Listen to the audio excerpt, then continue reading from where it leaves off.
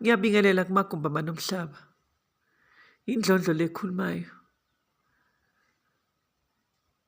Sanibonani.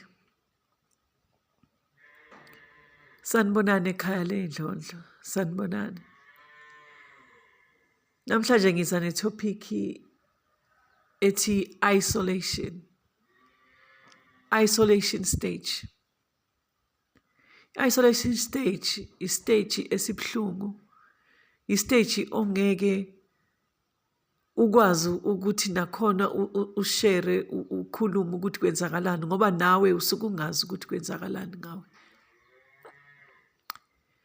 Mina sami nje istage sathi masifika se-isolation ngangivuka ekuseni langathize nje ngavuka ekuseni mangivuka ngibona ilanga ngathi liphume ngenye indlela kodwa liphuma la liphuma khona la lijwayele ukuphuma ngakhona liphuma ngakhona kodwa lihlukile amafu ahlukile umhlaba uhlukile indawo engangikuyo kwangathi ngikwenye indawo kuyashintsha kwakushintshile nje yonke into ishintshile ngisabathe ngiyavuka nangakusasa ngiyabona kushintshile kwaqhubeka ifoni bengithi mayikhala ifoni ngifonelwa umuntu nje mangithi ngiyayibamba amalunga omzimba angavumi amalunga ezandla angavumi ukuthatha ifoni ngizwa ngikhathala ngathi khona umuntu ovele nje wangibulala isandla wasibulala nje sangaba nathambo so singamuvi noma ngithi ngifunda ama messages lawa khona ashiwe abantu bengibhalela wona ngoba nakho ifoni ngingasayibambi thola ukuthi nawo mangithi ngiyayivula ifoni ngi-check ama message hayi kungavumi isandla singavumi ngagcina lapho ngingasakwazi ukuthi ngikhulume nabantu abakude nami abangifonelayo abantu abafuna ukwazi nje ukuthi esijwayele ukucommunicate nabo so bengingasakwazi communicate nabo ngithi ngiyavula i-TV inibore ngingayizwa ngingaboni nokuthi kufanele ngibuke ini ngivula ama-channels wonke ngiwavule thola ukuthi ayikho neyodwa le engiyibonayo ama-soapie lawa engijwayele ukuwabuka bengingasawathandi i-TV nje ngagcina ngiyivala ngingasayibuki i-TV ngingasabuki any channel ngingabuki lutho ngavala nje i-TV emsebenzini la ngisebenza khona kwakungavumi ngikhulume uma ngabe nje umuntu engikhulumisa ngizwe ngathi ngingamphendula lokho angimphendula kona bese ngiyathula kwesinye isikhathi mangifuna ukuthi ngikhulume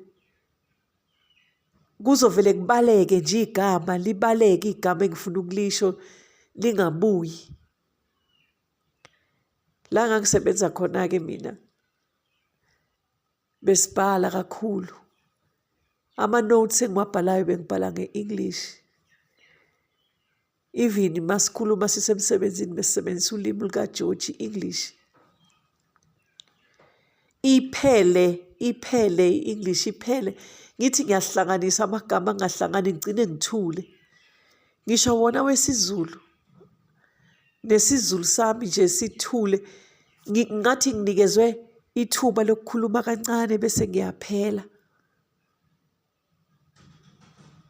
yazi bekuyinkinga ngingaboni ukuthi kwenziwa yini lokho ngingaziboni ukuthi yini kwenze njani kodwa abantu engangikhona ukuba khona ukukhuluma nabo bekuwabantwana kuwubaba wekhaya bengikhona ukukhuluma naye kodwa nakhona ngathi isikhathi sami nabo besilimithiwe angithi uyabona uma usebenza kude ukwazi ukukhuluma nabantwana every day uyabafonela especially masuzolala wenza sure ukuthi nje wonke umuntu usendlini wonke umuntu usemsebenzini osebenzayo wonke umuntu uright ulale wazi ukuthi hayi abantwana ba-right bese kulimithekile ngoba bengithi mangabe ngikhuluma nabo ngizwe ukuthi hayi manje senganele, ngikhulume nje ukuthi right kanjani bese kuyaphela. Uma ngithi ngifuna ukuqhubeka nokukhuluma bese kuvele kuphela emlonyeni, kuphela ama-words angaphumi, ngivele ngithi nje bye, ngilale kahle, seku-right. Ziningi izinto ebengizenza bengingasakhoni ukuzenza, ngizimangalela ukuthi kwenze njani. Kodwa amaphupho ayafika, ayaqhubeka, yonke into iyaqhubeka. Kodwa nje ukuxhumana nabantu lutho.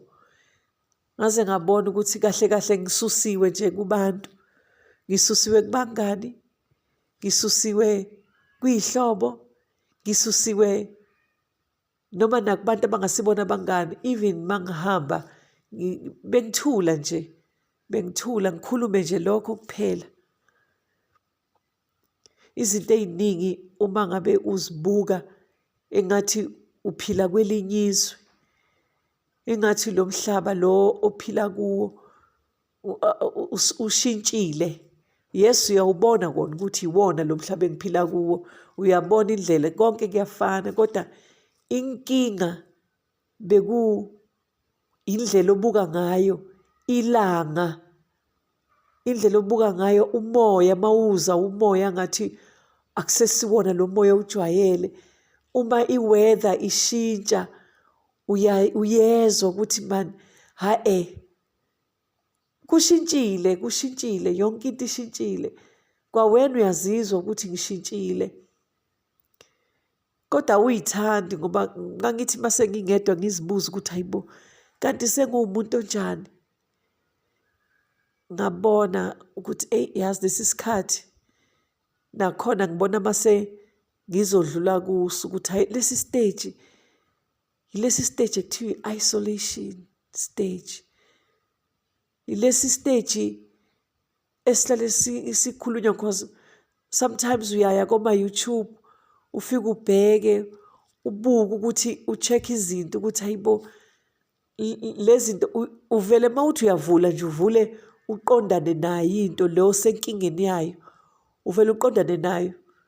Because ngike ngavula mina ngisekuso stage, ngavula u-YouTube ngadibana nowayekhuluma nge-isolation stage, ngabona ngathi hayibo ilesi stage engikusona manje.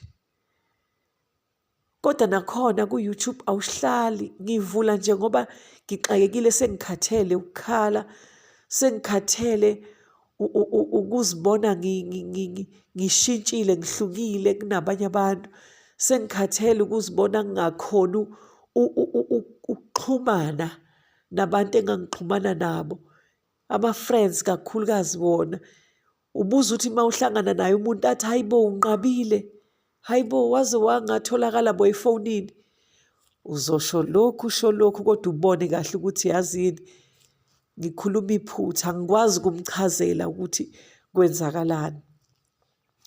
Even nomuntu esekusendela imessage akubuza ukuthi why ungaphenduli, akuphenduleki. Istage esiyinkinga kabi lesi. Kodwa manje ngiyabona ukuthi lesi stage sikufuna ukuthi ukhuleke, sikufuna ukuthi ulayithe lelo khandlela, sifuna ukuthi usebenzise impepha yamawele, because impepha yamawele iyona exhumana kahle namakhosi, iyona exhumana kahle nomnikazi, iyona exhumana kahle nalesi simo leso oyisona ozaleke kuso ngoba uzaleke uhlukile. So impepha yamawele, impepha yamakhosi, ixhumana kahle namakhosi. So thatha impepha yamakhosi, impepha yamawele, usebenzise yona. Uzoyibona nje leyo mpepha leyo imhlophe. Uma ngabe uya lezi indawo lezi ey'dayisa impepha, uzobuza ukuthi uzosho ukuthi ngicela impepha yamawele, bazokunikeza yona. Uthatha ikhandlela lakho ngesikhathi, ukhethe u-12 o'clock emini, u-12 o'clock ebusuku, mase kusa uthandaze. Uma ngabe uyaphahla, uthenge lesi snafu lesi inzu noma iteksi, like Njalo nje ngihlale ngiphambanisa-ke mina, kodwa uma uthe ugwayi omnyama uzowubona lo gwayi omnyama. Ngelinye ilanga uyaphahla nje, ukhuluma nabantu abadala, ukhuluma nogogo nomkhulu, ukhuluma namakhehla, ukhuluma nezalukwazi zakhona, ukhuluma namathonga. Angithi uyawabiza cause kahle kahle uma wabiza wenze ishow ukuthi ubiza abahlambulukile, ngoba abanye bangcolile ohamba nabo basadinga ukwenzelwa izinto ey'thile ney'thile. Kodwa-ke ungakhathazeki ngoba bazokubonisa ukuthi sesidinga inhlambuluko noma sidinga ukuhlanjululwa, sidinga ini, bazokwazi ukuthi bakukhombise.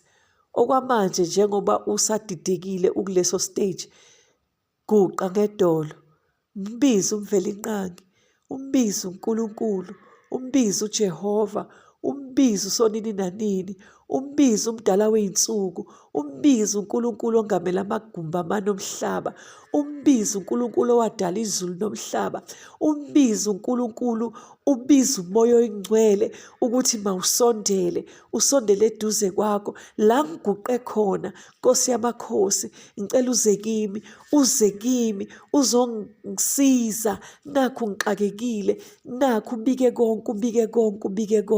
konke kuNkulunkulu. Umbize uJehova owadala izulu nomhlaba, owadala wena, owakwazi ungakafiki kulo mhlaba, owakwazi usesesibelethweni sikamama, owakwazi useyihluli, owakwazi ukuthi mawuphuma la esibelethweni sikamama ukunikeza maphi amathonga ozohamba nawo. Khumbula ukuthi asihambi namathonga wonke womndeni, sikhethelwe amathonga esihamba nawo, sikhethelwe amathonga esihamba nawo indlela yonke, sikhethelwe iy'thunywa ophiwe zona, oziphiwe ngumdali wezulu nomhlaba. Ukhethelwe, uyaziwa ukuthi uphethe ziphi iy'thunywa. Imimoya ekuwe ekumbathileyo iyaziwa uNkulunkulu, konke kubike kuye, uyena ozokusiza. Leso sikhathi sakho se-isolation ileso sikhathi sakho sokuthi uhlale kuJehova, ileso sikhathi sakho sokuthi uhlale kumnikazi wempilo yakho, ileso sikhathi sokuthi umcele ukuthi Nkosi Jehova Yesu umnini mandla onke, ngicela ukuzazi ukuthi ngingubani, ngisacela uze kimi, ngisacela uhlale nami, ngicela ukubambelela kuwe, ngicela ungikhave ngeshelter yakho of your wings, ngicela ungikhave Jehova ngehawu lakho, ngibe ngaphansi kuwe.